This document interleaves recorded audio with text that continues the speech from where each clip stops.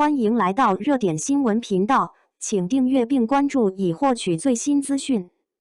丁禹兮张新成南部档案，热血兄弟破南洋鬼案。南派三叔的盗墓宇宙终于往回拨了时间指针。南部档案作为《盗墓笔记》系列前传，把镜头从的公墓道抽出来，架到民国初年南洋的闲尸雾气里潮湿、腐败、新旧秩序撕扯，最适合养鬼案，也最适合养男人之间的生死账。6月12日，爱奇艺独播，预约量已破220万，就冲张新成加丁禹兮加傅大龙这张脸，你已经知道这锅汤不只是流量兑水，雾海沉尸，诡谲底色。南洋的恐怖从来不是 jump scare， 是那种阳光越烈、阴影越毒的东西。南部档案开篇就甩出水鬼望乡连环命案人死在海面上，像被什么从水下拽走的，村里老人念叨的水鬼传说也好，殖民残余的暗线也好，总之尸体浮起来的时候，南部档案馆的人已经站在码头上了。这部剧聪明在底色选型，不靠墓穴机关吓你，靠人祸伪装成天谴的阴冷。军阀莫云高傅大龙氏用剧毒植物黄昏草散播瘟疫，拿活人当实验耗材。所谓诡异命案，全是人为，只是这人为残忍到了像超自然。镜头语言走的也是南洋风，骑楼老街的褪色漆，海面上的铁锈色夕照，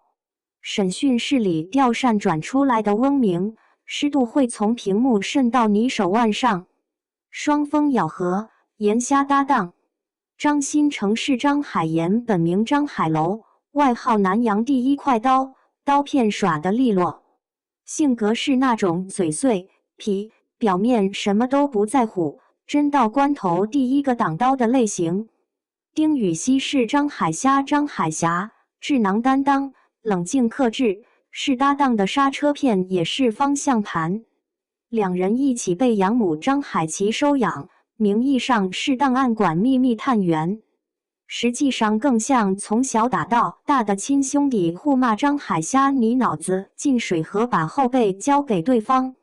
是同一秒钟发生的事。预告里最燃的那段敌暗我明，怪物扑出来的混乱中，丁禹兮饰演的张海霞惨遭算计，重伤断腿后仍撑着上半身对敌人大吼弄死他。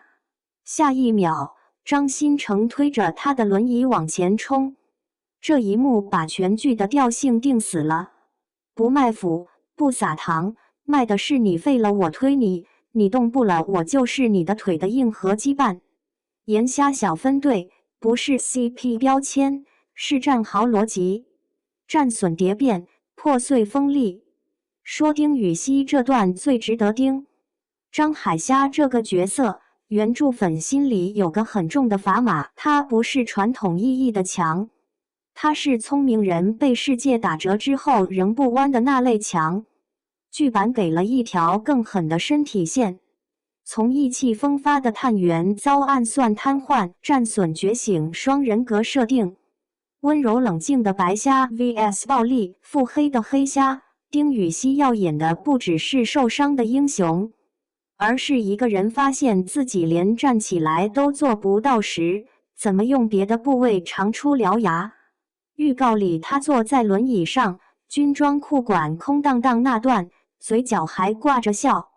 那种笑不是 heroic music 垫出来的英雄主义，是老子少条腿照样比你活得长得很。再配上盐水浸泡特效，血色蝴蝶伤疤妆，战损美学是真的。但好在这剧用弄死他3个字把矫情全掐了，痛是真的，怂是不可能怂的。这也是丁禹兮挑这个角色最聪明的算盘，离开仙侠美男滤镜，往泥里滚一次，人设立的比10条热搜都牢。皮衣旗袍，养母不母。江佩瑶饰演的张海琪是南部档案馆的馆长，也是收养这2个男孩的师傅兼干娘。但别期待慈母温情款款的套路。预告里他一会儿旗袍一会儿皮衣，抽烟的姿势比2个儿子还痞，跟张新成、丁禹锡不像母子，像姐弟，互呛互护，是该出手时一把手把你拎起来的那种家长。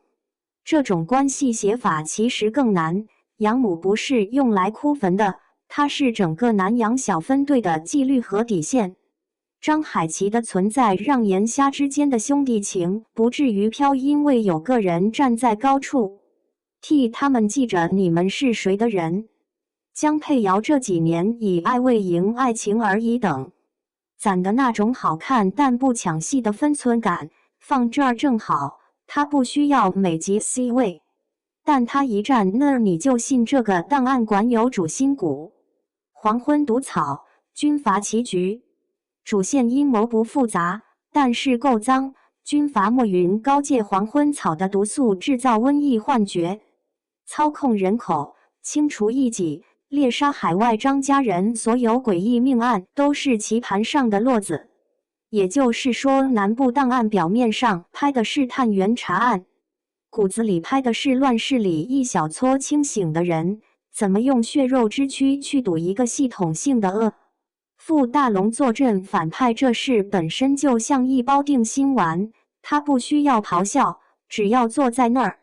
手指敲一敲桌沿，你就知道这个人能笑着下令屠村。而我们的盐虾二人组，一个快刀，一个残肢，拿什么赢？拿命，拿脑子，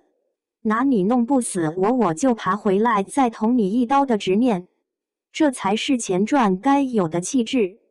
它不是给你原世界观的说明书，它是告诉你后来那些传奇名字之所以能存在，是因为早有人在南洋雾里替他们趟过雷。从炸裂打戏到滚烫情谊，从悬疑诡案到乱世正邪，南部档案集齐了冒险、热血、温情、悬疑多重看点。丁禹锡与张新成的神仙搭档，搭配江佩瑶的飒爽加持，全员演技在线，人设鲜活，再加上南派三叔的原著底蕴，让这部前传新作未播先火。随着开播日期临近，南部档案已经展现出成为暑期档热门剧集的潜力。张新成与丁禹锡组成的盐虾组合能否成功破局？莫云高背后的巨大阴谋又将如何揭晓？答案即将在迷雾散去之时揭开。